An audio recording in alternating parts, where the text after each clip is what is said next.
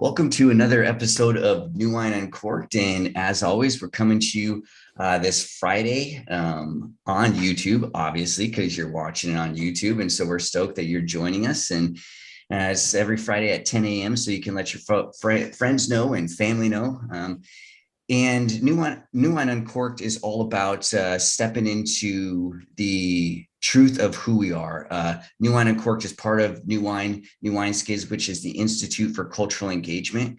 And we talk a lot about Christ-centered and Trinitarian approach. And sometimes that just seems like a mouthful. And we ask, well, what does it mean? And over these last weeks, the three of us have been talking about the one, the many, community, individuality.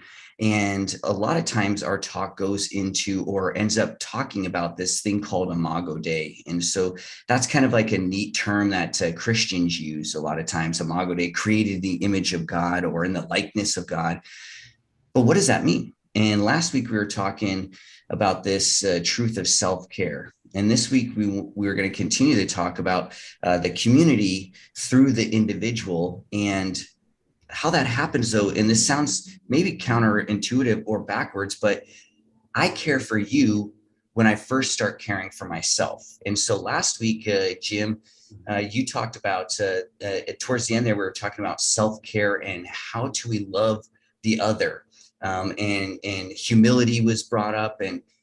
But this idea of caring for self it seems like, okay, well, good, I need to care for myself. But within the evangelical world too, taking care of yourself means a lot of people here putting yourself first. But then when we talk about humbleness or humility, then they're told, oh, you can't be first. And so I think sometimes we go, wait a minute.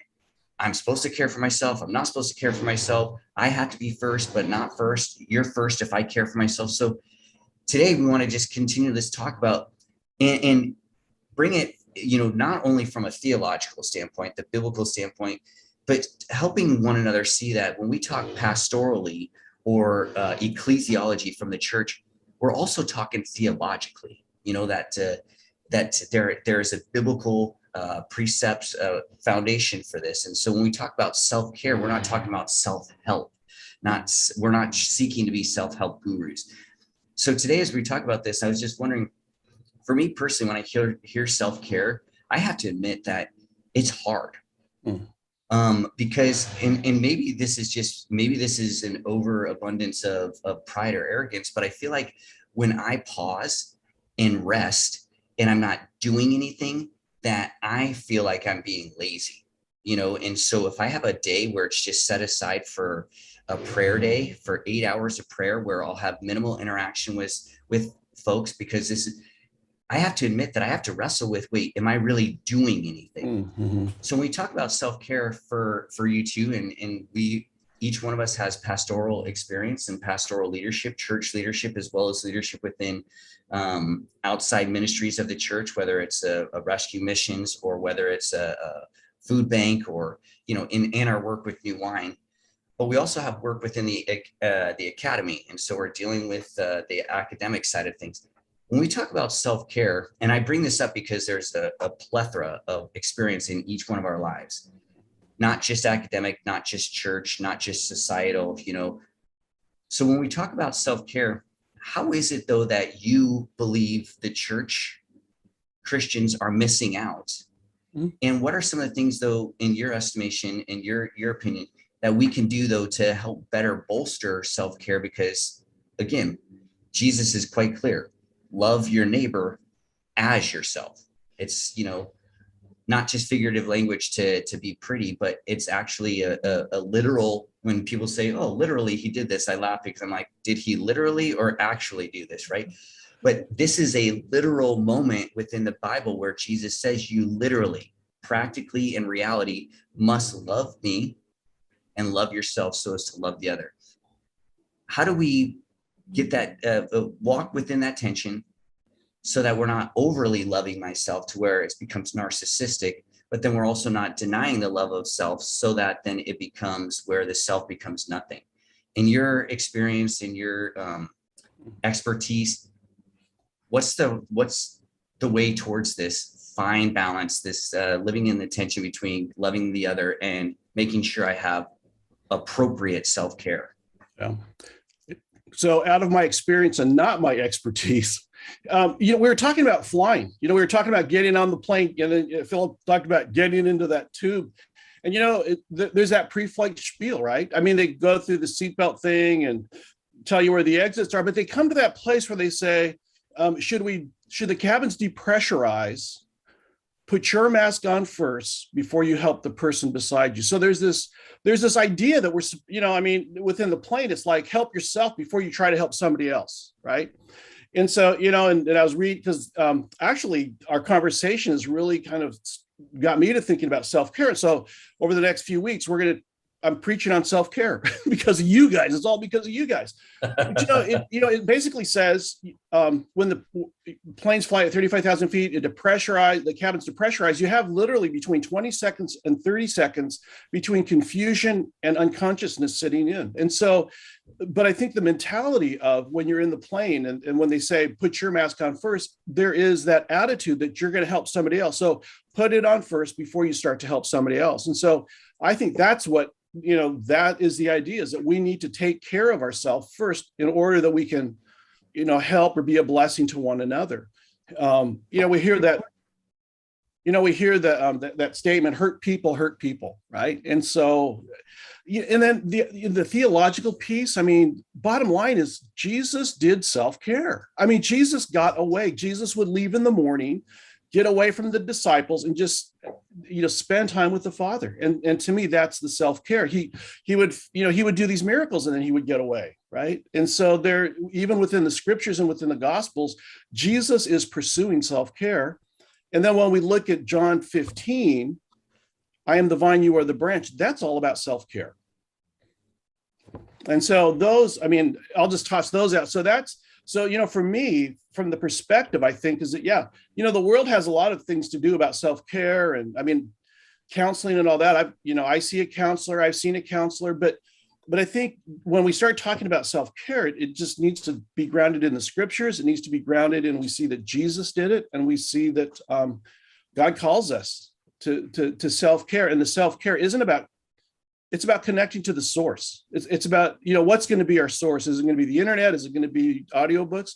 Or is, we have the source of the Father, the Son, and the Holy Spirit. And so I think that, when it becomes that, when we understand we're connecting to the source, then the purpose becomes very clear. The purpose is that we are getting healthy ourselves in order that we can serve others well.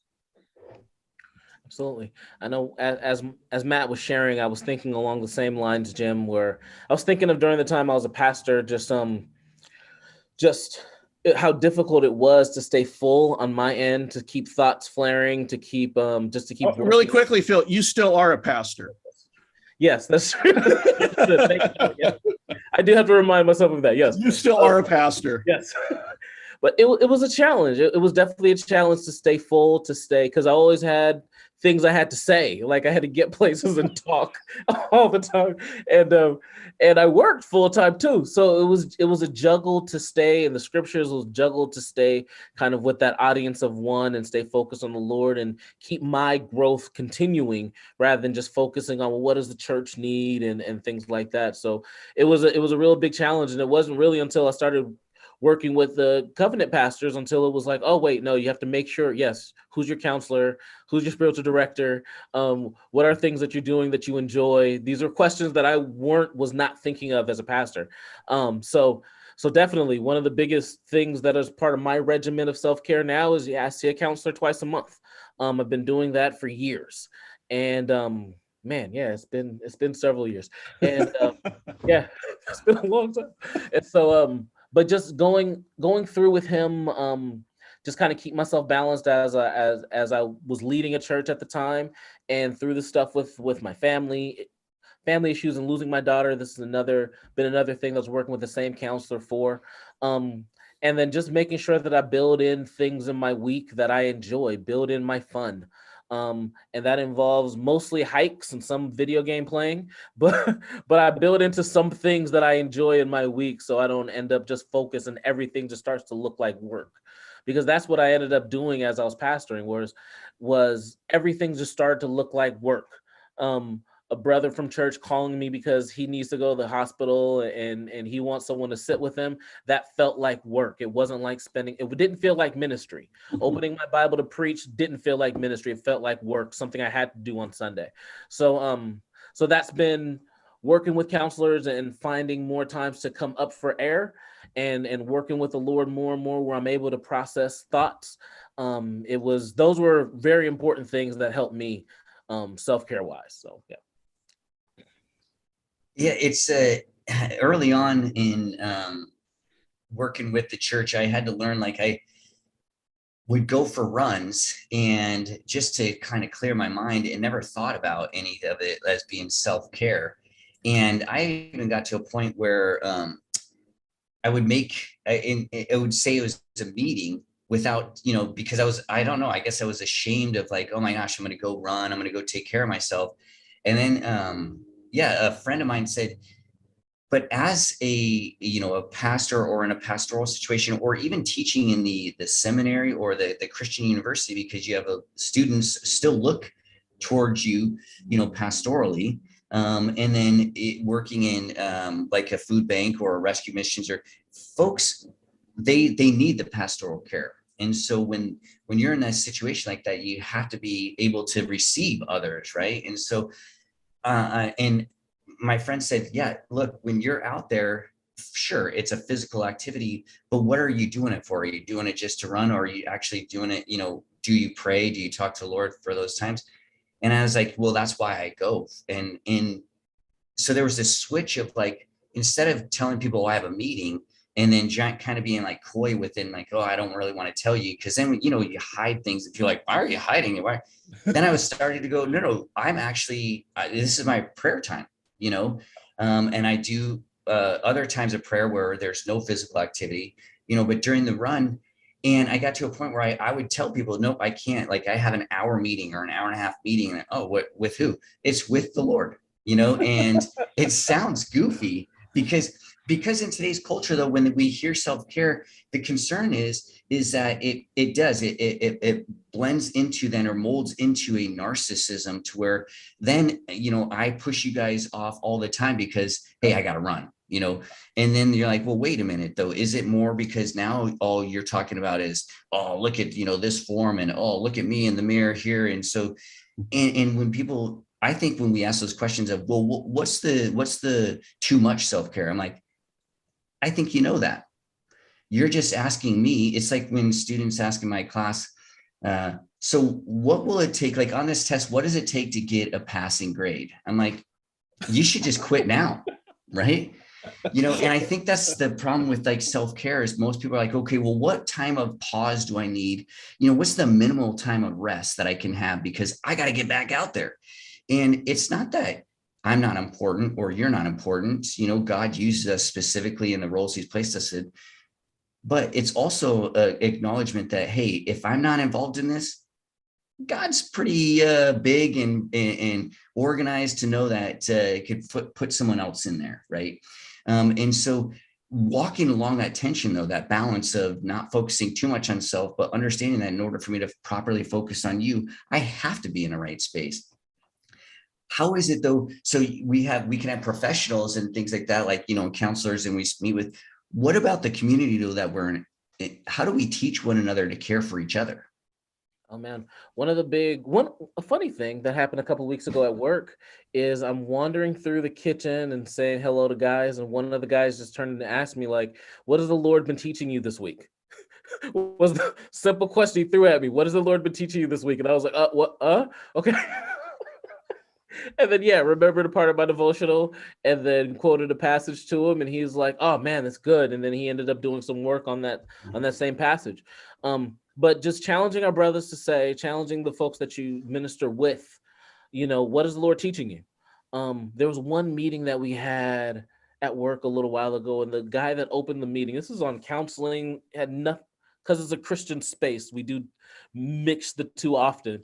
But what we were going to do had nothing to do with spiritual formation at all. And he began the entire time by saying, what has the Lord been teaching you in your devotionals? And just opened the whole time with that. And we're like, oh, well, Yeah. Oh, okay. And it just changed the whole focus of the meeting, but just challenging people with those questions. What's the Lord teaching you? And just work from there. And that should be able to bring in conversation. And the answer shouldn't be, well, I'm preparing for something I'm doing at church. That's not the question. What is the Lord teaching you about you to help form and develop you? I'm going on the basis that I misheard you, Matt. So, I think sometimes, because I appreciated what you said about busyness, right? I mean, there's that sense that we need to be busy, and that even we need to be busy in our self-care. So we need to be doing certain things in our self-care. But and this is where I think I don't know if I heard you right, but you talked about running, and that and this is where I'm going to say I misheard you, that for you, running is that self-care. But you use the term meeting to say, I'm going to be in a meeting, but I'm going to be in a meeting with God. But why not just say I'm going to run, right? I mean, why not just say I'm going to run? Because for me, at least, that is the way I realize I can connect to the vine. That's my way of connecting to the vine. And so maybe, instead of making it this cultural quiet time, I mean, we have all these things set in place. Maybe it's just about teaching people that how do you connect with God? And we can connect with God in different ways. And so for me, there was a stretch where I love building model planes and all those kind of things, as you can see on my wall. And I love doing woodwork. And when I took kind of this mini sabbatical in June, a friend of mine just said, what are you hoping to discover? And it's kind of like, I think I want to find joy, right? But finding joy in the things I used to do. So I went back to, I built a board. It was called an Ayala surfboard for my grandson. And those are good times for me. I mean, when I'm sitting there working with wood, whether it's sanding or shaping, it is an opportunity for me to think and ponder on the Lord. It is a self-care for me that helps me prepare for other things. And so maybe the idea of self-care is allowing people to see the richness and the breadth of what self-care could be. Self-care could be jogging. Self-care could be this. But really, I think the important part is, what are we connecting our source to? Is it bringing us back to the, is it connecting us to the Lord? Is it connecting us in that relationship, so that when somebody says, hey, in your devotion, hey, what does the Lord talk to you about? Well, while I was running, while I was shaping a board, this is what God said to me. And so maybe it's just, we have these ideas of what self-care looks like. I mean, Jesus, self-care for him was just letting the disciples, go to the other side and just kind of walking the seashore, and then eventually walking across the water. But, and so I think the breadth and what is self-care, because we're all wired differently, right? I mean, we're created in the image of God, but we're wired differently. And different things bring us joy, love, joy, peace, patience, kindness, and all those kind of things. And I hear what you're saying. See, the tension I get into is because there's folks in my life where they're just doers, go. And I'm not saying that like I said, one of the hardest things for me is to rest, whether that's even running and praying for me sometimes is a hard rest, because I'm like, I admit, like, I sometimes think, Lord, is this all you want me to be doing today? As if prayer is not the greatest thing. Like when I preach or when I teach, I'll tell people, don't, and I do it all the time, don't say, oh, well, I can just pray. Like, don't use the qualifier just in front of prayer with me, because I'm like, dude, if it were just prayer, Jesus wouldn't have done that before going to the cross, right? So just prayer to me is the most powerful thing. It's explosive. And yet I still get in the mindset of, okay, well, today I don't have any ministry, right? Whatever that means, right? And yet, the Lord's provided opportunities for me to spend time out praying and things. And I will admit, sometimes I go, wait, is this it? This is all I'm doing today, Lord? Like, as if I don't do something for someone, I'm not doing anything. And I don't know how to continue to break out of that mold, because I think we've been created as doers, and it's not that doing is bad, but, and our prayer time or our rest time, like you're saying, Jim, like, I think there needs to be an honesty. I'm going for a run because but then again, how do we manage one another, not manage but help each other to where that level of doing stuff that is prayerful or restful doesn't become our idol, though, because I have to check myself and say, wait, am I focusing so much on my running today or tomorrow where I got to get it in because it's my prayer time, and it's to the neglect of the other, So again, like that communal thing, what are like, that's where I'm looking at is how do I relate to those in my life to where we can have that ongoing and honest, authentic conversation. Says, hey man, like, are you sure this is the best thing? You keep saying this is prayer. You keep saying this is serving, like self-care, but it seems a lot like you're putting yourself first. And that's that tension there, because Jesus still has to be first. And so being mindful of that, be mindful of that and just finding ways to do that. To me, that seems, I have trouble with that within today's culture of it's just go, go, go. And now, to be honest, with COVID, it feels like all I'm doing is sitting and resting, because we're isolated a lot of times. Like, and so what are some of the ways though, in the discernment to know, hey, this is good self-care. This is, but sometimes this borders on selfishness. Yeah, one of the things for me was, and has been, this, as I mentioned earlier, when everything starts to look like work. So if the self-care starts to look like work, if the opening the scriptures to hear from the Lord starts to look like work, then it's like, okay, I'm overstepping. And that's when it becomes, I'm just doing this just to do it. But if I stay flexible, and especially when it comes to self-care, if the self-care is stepping away to hear from God, where it's more along the lines of solitude, where it's more along the lines of devotional, then those are the spaces where I feel like I'm in a good space. When I'm doing it for me, or when I'm doing it to reconnect with God, there's kind of a question I have to answer with it. Now it's funny because I have a couple of friends where one of them, a portion of his self-care is getting regular pedicures. And so I don't know what to do with that sometimes, but it's so. Hey, dude, my daughter will say, like, they talk about, like, I've talked to people about pedicures and manicures, and they say it is a time of thinking. Yeah. So sometimes I don't do that kind of stuff, but you use it for things, because I went with him once, and that's part of the thing. But whatever if you're doing it to reconnect, as you said, Jim, reconnecting to the vine, you're connecting to the vine. That's the purpose of it. And that it's for a moment of time that you're doing, and then you're getting back to the doing, because ministry is bound to a lot of doing.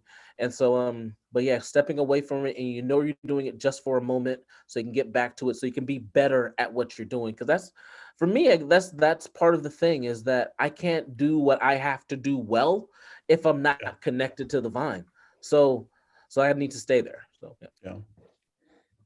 It's sorry, go on, Jim. No, go ahead, Matt. I was going to say, though, isn't it sounds arrogant, though, to say something like, well, if you're not connected to the vine, you can't do this, right? And that's what Jesus says, apart from me, you can do nothing. And so when we're talking about this message of self-care, it's a dicey little situation, because if you're talking to someone outside of the realm of Christianity, where they have not put their faith in Christ, it sounds abrasive, though. It sounds very offensive to say, well, but you're not with Christ, so theoretically the care that you're doing is not caring, and so that's where, too, I think this self-care, I'm reading this book, Pedagogy of the Oppressed, and one of the things that Freire talks, I'm going back to it. It's, how when you find these books and you're going through your stuff, you're like, oh my gosh, I have not read this in a while. And Metzger and I had been talking a little bit about some of the stuff that Freire brings up. And in there, he talks, though, about this doing to have, and it's all about accumulation. And see, like for me, even my self-care sometimes, if I'm not careful, becomes about accumulating something. Whether it's accumulating being better than the person next to me, because my self-care, my spiritual formation is taking on this level, because I'm not only just praying for an hour, but I'm also reading this, and then I'm doing this. And so I am much more closer to that phrase that Jesus uses, be holy as your Father be perfect, as your Father is perfect. So I'm much closer to that. So that gives me better status. And even in this is all thinking this in my pursuit of God, right? And so again, this idea of pushing towards Jesus, but not being competitive, and yet still not being passive aggressive, passive in it, in the sense of I have to pursue the Lord. He's pursuing me, and so there has to be this reciprocal acceptance of he invites me into his life, and so there's pursuit. What do you for each of you, because you both of you're leaders, so leaders tend to have some characteristics, whether we call them alpha and all that kind of psychological stuff. But in your pursuit of the Lord, how do you find where you allow for humility to be much more of the guiding force than success or accomplishment? Oh man, building humility. Oh man, one of the things that I do is I invite criticism, and then I end up beating myself up with the criticism, so it doubles the effect on purpose. That part is the bad part, but inviting criticism, I do a lot of wanting people to be in my world when it comes to preaching, when it comes to direction for leadership, stuff like that. I want to have as many people as part of that conversation as I can, because I want to get different ideas, just to make sure that I'm not. Yeah, that's the whole idea of essentially is trying to be humble, but it's trying to make sure that my voice is not the only voice in the room, nor the most dominating voice in the room. I'm inviting other voices in there on purpose, just to get other perspectives. And I try for that room, when I bring other people in, that those people come from different perspectives, and then I have to be cautious. But the other end of it is I end up taking criticism and I end up beating myself up with it. So I end up, it turns into projected lies and stuff. So I have to be real careful with how I do it. But but the habit of bringing other people in the room has been helpful. So years and years ago, I had a friend tell me, and this has kind of been my navigating piece of advice that he gave me. He said, don't take yourself too seriously because you're not that good. And he says, when you take yourself too seriously, you don't take God seriously enough. And so, but like Phil, and I think for the most part, I'm kind of wired where I like to hear other people's stories. I mean, I'm more about, hey, I want to hear, I'll ask more about other people than I will about myself. And so, I think for the most part, I'm just really interested in other people's stories. There are times where, envy, leaks in, and, I wish I'd like to be in this position or that position. And I think, like Phil says, it's just being around honest people, being around people that just say, that's not you. Having a wife that just says, that's not you, stop it. I mean, again, it gets back, I think that piece gets back to the community, right? I mean, it gets back to being able to be around a community. And also I think, being around a community of people that aren't arrogant, people that appreciate one another, are respectful of one another. And so again, that's about community. Sure, there's going to be people that leak in that think they're the best, and you just kind of smile and nod, right? And pray they fall flat on their face. No, I'm kidding. Well, I don't pray about that, but I think about, so. Yeah, there's a fine line. Isn't there a fine line between like confidence in the Lord and arrogance? Because we read these, I was listening to this worship pastor, and he was saying how he's stopped singing songs that invoke the imagery or concept of battle or victory, because he feels like and I'm like, dude, that takes away a significant amount of songs that are just good, the battle before us, or this is not my battle anymore, and that's where I wonder sometimes if we get too kind of nitpicky on things as Christians, where we don't allow, I just wonder the phrase where Paul talks, I became all things to all men, and Bonhoeffer talks a little bit about this in his, I think the cost of discipleship.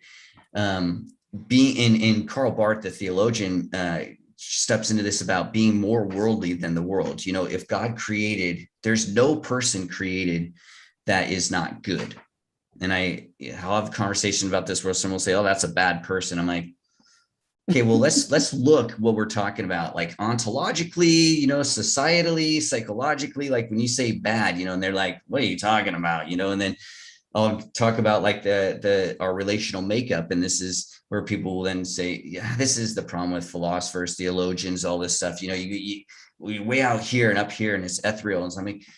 But if we're not talking about who we are relationally, then how can I know what my call is in the kingdom, so that when God says, hey, Matt, this is what you're supposed to be doing, that I do it appropriately, right? And so in inviting, like what you're saying, Phil, inviting criticism, again, like there's such a weird balance that we have to get, right? Because then it could be almost even self-promoting. You know how people where we'll take on, like sometimes I'll play the martyr just so I could get more attention,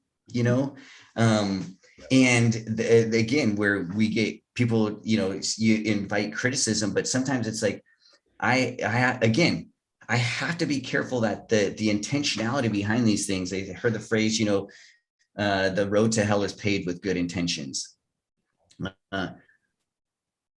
What I intend to do, trying to keep that in the mindset and the heart space of seeking after the vine, and so I have my prayer times, I have the scriptures, and yet it seems though so often, like, and especially now, like on Sundays, the place where we go, where we could get together with a collective group of people pursuing the same things, it doesn't seem like we have that space anymore. Because when we go then to get together for the communal self-care, like you were saying, Jim, like it comes back to the community seems to be failing each one of us individually. And that's a hard thing, because why? I make up that community. What is it that you think, if you look back and you say, man, okay, so how last year they were all like, oh, 2020, almost done. We're going to just get by this, get to 2021. Well, now we're quickly rounding the corner. Here comes, September, it's almost done, and it's October, and people are like, Halloween, don't worry about it. 2022, this is our year. As we come into a time where hopefully people will rest, because it's going to be celebrating, times of goodness in the birth of Christ. How do we allow that focus to seep into us to where we can have the appropriate caring for self, so that by the time we get to Christmas, our care for the other is exploding? Like some of the things that we can be doing. Yeah. So we have our prayer times and things like that, inviting criticism. Are there other ways that we can try to encourage our communities, though, so that we see this togetherness as being essential to who we are as an individual? Yeah, one of the things I think is pretty simple, just sharing practices, what you're doing, to stay in the scriptures, to stay connected to the vine. I was talking to some friends the other day, and we were talking about spiritual disciplines. I know I have weird friends like that, where we'll wake up in the morning very early and read the Hebrew, talk about spiritual disciplines. So yeah, that's what we were doing, and we were talking about, well, what's the best of the spiritual disciplines, and I was like, whatever gets you to hear from the Holy Spirit. Whatever it is, none of them I don't think is central, because the idea is just to what gets you to connect to the Holy Spirit. So sharing those things and being open and honest about those things. And then, yeah, over the past 2 years, we've all had opportunity to practice and to figure out what's the thing that gets me connected to the Lord. And any serious Christian that hasn't had the opportunity to go to church over this time, that should have been part of the process of you being at home, is how do you connect with the Lord? You don't have your church to go to, you don't have your normal things. What are you doing to connect with the Lord? And yeah, we've all figured out different ways that we've had to do it, and we've all had to do it. So yeah, take those practices and build those into regular practices, and share about what you're doing. Let me share right now. So for me, there's a Bible app called Daily Dose. There's a Hebrew daily dose. There's a Greek daily dose. I hit a Greek verse and a Hebrew verse every morning, and yeah, just read through it. But that was kind of the habit, is I wanted to get into stay in the original languages, read a passage through the original languages, and then look for what is God saying to me through this passage. So that's one of the things that I'm building into my life. And I've tried to read a whole lot and read, whether it be the worldly books, secular books, in addition to Christian formation things, but just always having something in my hand that I'm reading regularly. And I'm not trying to get through 14 books every week.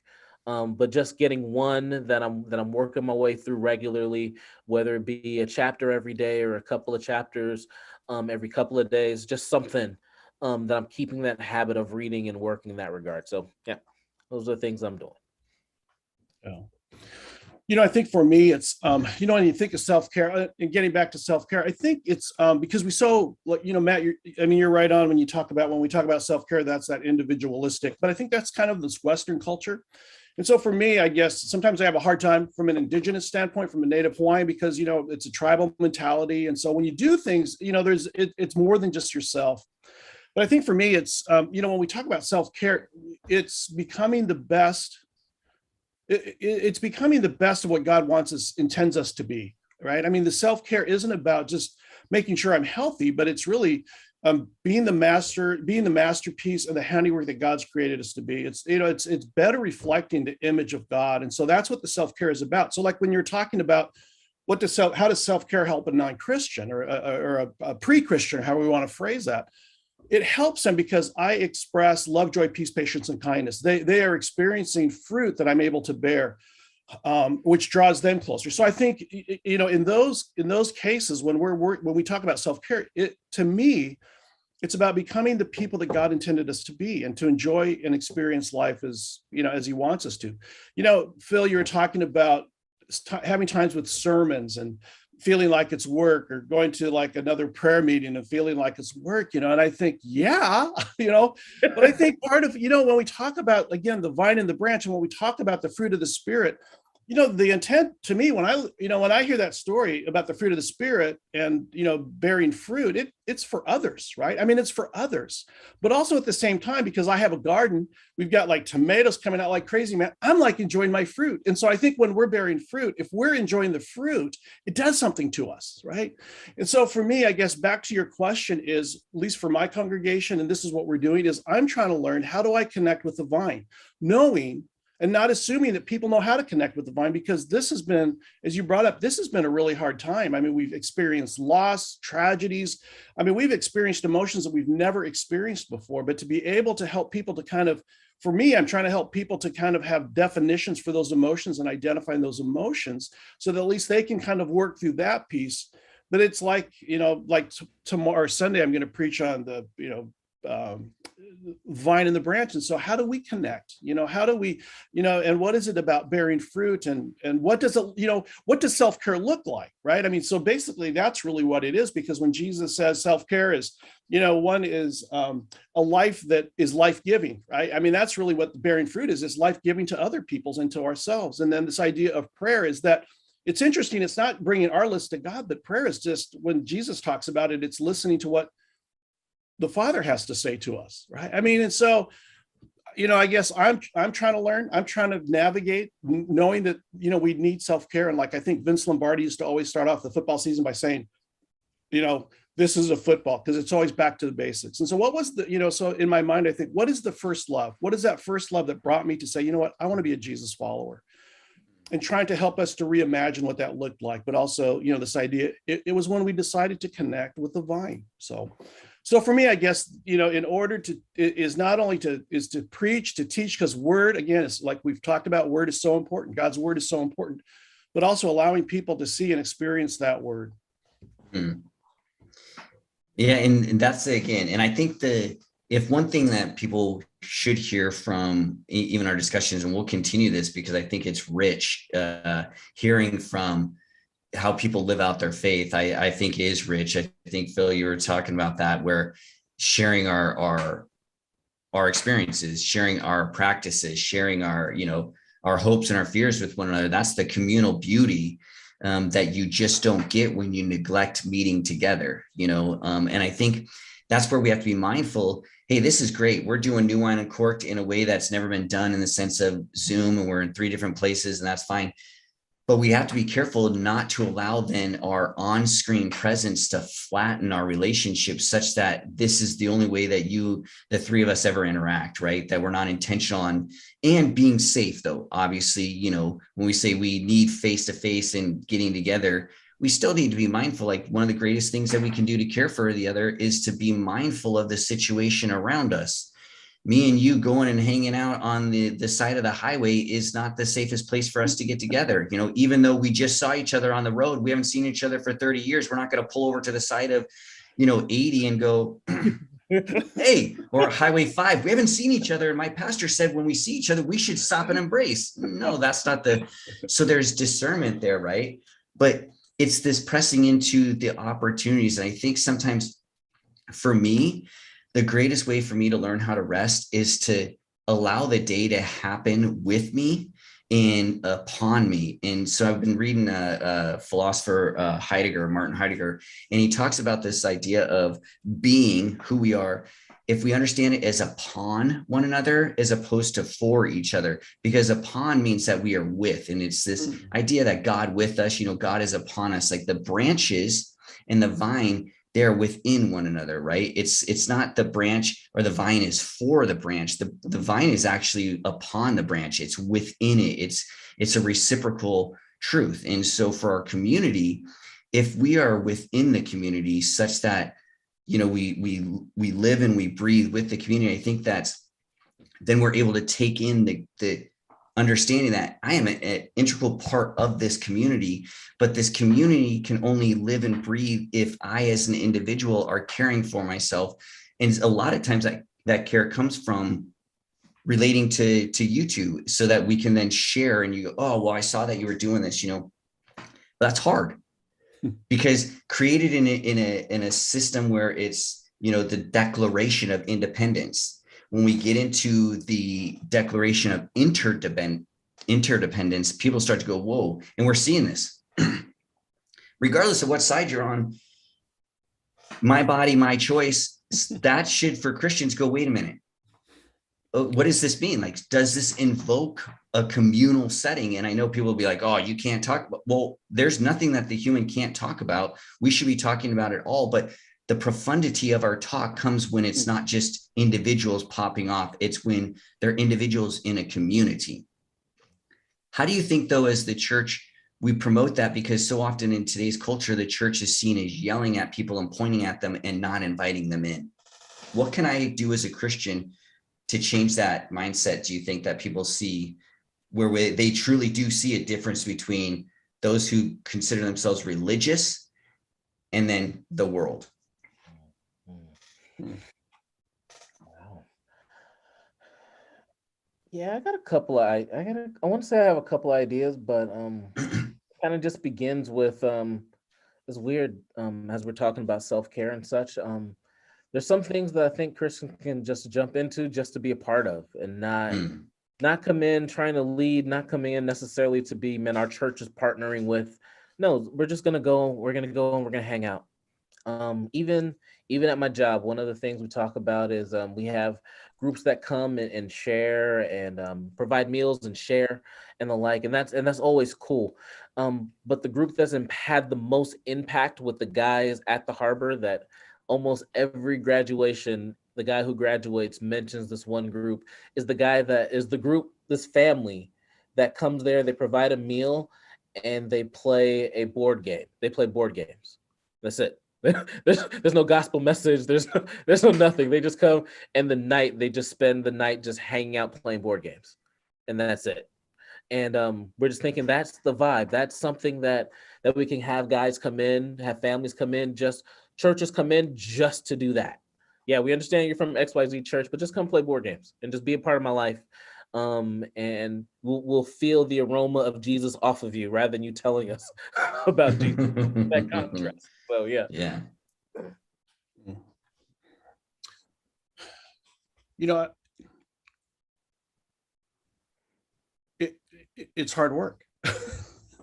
You know, I mean, the bottom line is hard work. It's, you know, I think making sure we're hearing the other person correctly, because, you know, I know there's times where I'll hear something and it's a trigger to where I'll wait till that person pauses so I can interject what I think is the right answer. And so I think, it's the hard work of just being able to communicate well.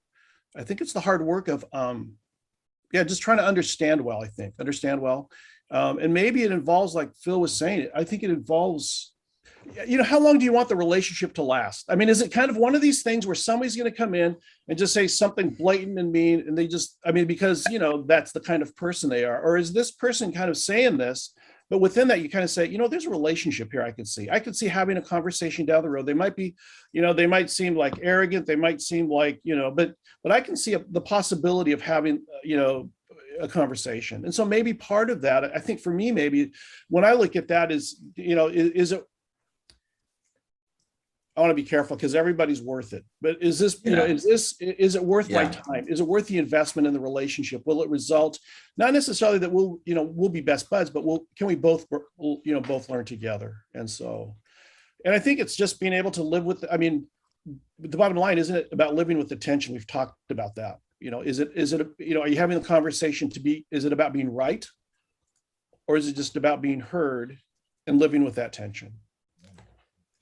Yeah, that the idea of righteousness versus being right, and this is great conversation. And actually, we want to continue this next week, talking about this. So self-care, we were talking about this in self-care. Jim brought up John 15. So if you are online this Sunday and need someone to, and want to be blessed, we'll put in the chat here, because don't you guys stream, Jim? Yeah, we're doing Zoom right now.